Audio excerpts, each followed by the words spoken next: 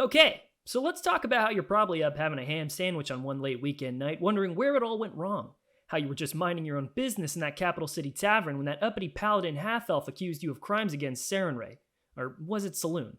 You didn't really know. In fact, even though she was probably right, the audacity! Who is she to tell you when and where you could stick your sharp pointy sticks, or angry fire-based projectiles for that matter? You're a proud adventurer of the Forgotten Realms. Or was it Galorian?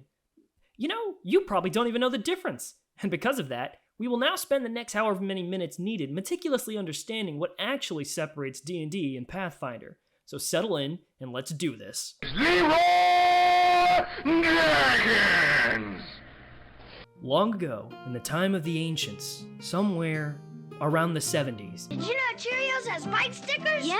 Bike stickers for super-looking bikes. There existed a man whom in whispered tones would be called the first Dungeon Master.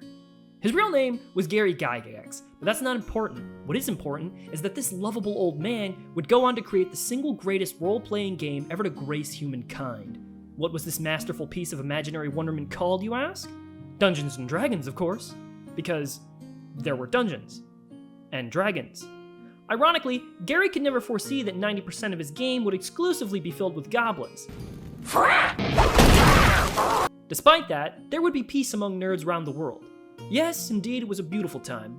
However, fast forward to 2008, many updates and releases later, the Allfather Gygax had already sold D&D to the now Hasbro-owned company known as Wizards of the Coast, where the game as we know it would take a sudden shift. You see, D&D was entering into its 4th edition, and in doing so, pissed a lot of people off, as most introverts hate change, and you bet your ass D&D was home of the introvert. What was the solution?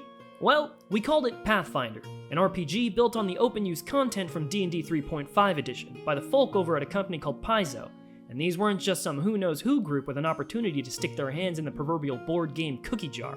No, these were the people publishing adventures under the license from Wizards of the Coast before they decided they wanted to keep everything involving 4th edition in-house. Mukti degi Kalima. Kalima. Kalima. Kalima Shakti de. बलि चढ़ाओ तेरे आगे स्वीकार करो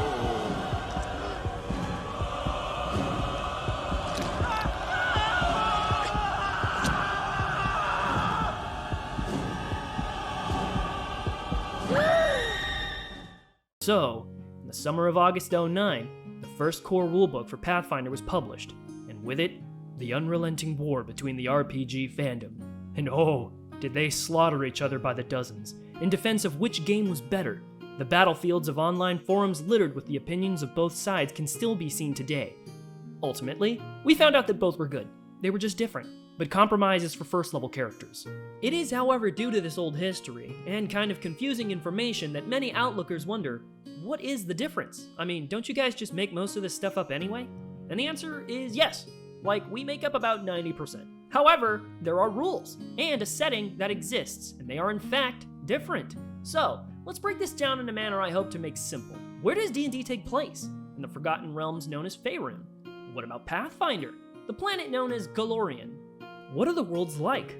Both games fall into the same high fantasy archetype, meaning that there are elves, dwarves, orcs, humans, and a dash of magic. Also, whatever else your dungeon master feels like throwing at you in that particular session. Let's get this party started.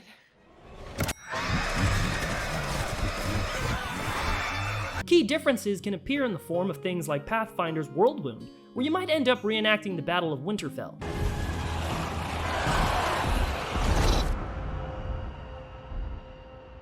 Or maybe you'd like to try your hand at killing the dragon god Tiamat in D&D. Or, more likely, end up as the next in a long line of adventurers consumed by Tiamat in D&D. What are the rules? You make up a character by filling out the corresponding form for the game you're playing, and decide how most events unfold by tossing around small shiny gems of which you can never have too many. And each time you complete a set of actions or adventure, you will acquire loot, experience, and the realization that the true rewards were the friends you killed along the way. The major differences between the two being how you carry out actions and what you are rewarded with upon leveling up. Pathfinder adopting a more in-depth set of rules to add a deeper level of engagement, whereas D&D 5th edition takes a more streamlined approach to play, allowing for quicker entry into deeper, more expansive sessions. why does it matter that there's a difference if you just make it all up anyway?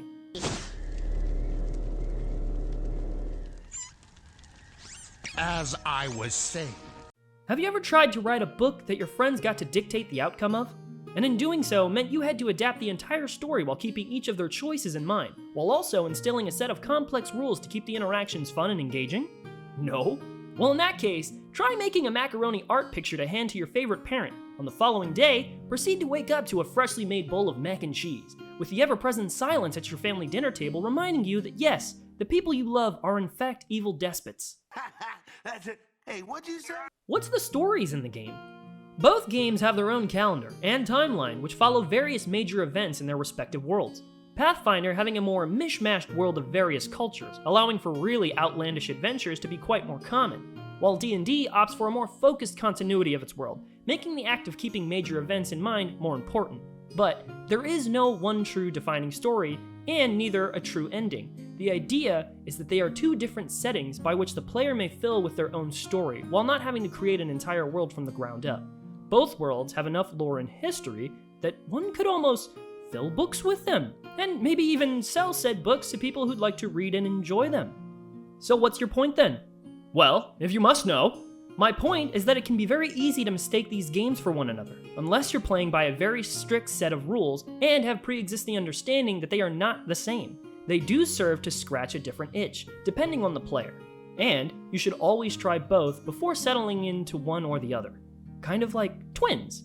I mean, they look the same, but we can't ever truly be certain at first glance, can we? But anyway, now that that's settled, you can finally return to the real world of a 9-to-5 job, and the important knowledge that that half-elf paladin was in fact Greg from down the street. Come over to borrow your ratchet set.